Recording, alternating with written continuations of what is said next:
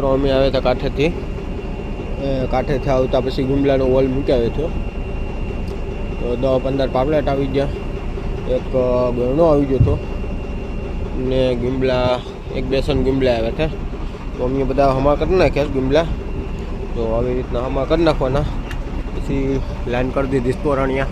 તો આવી રીતના લટકાવી દેવાના, સુકાઈ જાય પછી એનું શાક બનાવ્યું ને એક નંબર રીંગણા અને બટેટા નાખીને બનાવ્યું ને કાંઈ ઘટ જ નહીં, મજા જ આવ્યા કરે ખાવાની.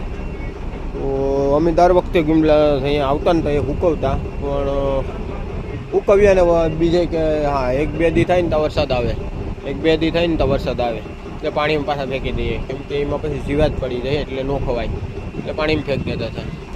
એટલે આ વરસાદની આગાહી વહી ગયો એટલે પાછો અમે આ વખતે ઓલ મુકાવતા આવ્યા કાંઠેથી અને ગુમલા મારતા આવ્યા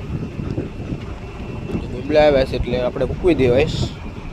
હાલો તો આપણા મિની બ્લોકમાં બના રહેજો, અને નવા હોય તો આપણે આઈડીને ફોલો કરો મારો ભાઈ, કમેન્ટ કરો, જેથી મને વિડીયો બનાવવાની મજા આવે, અને લાઈક શેર કરતા રહેજો મારો ભાઈ.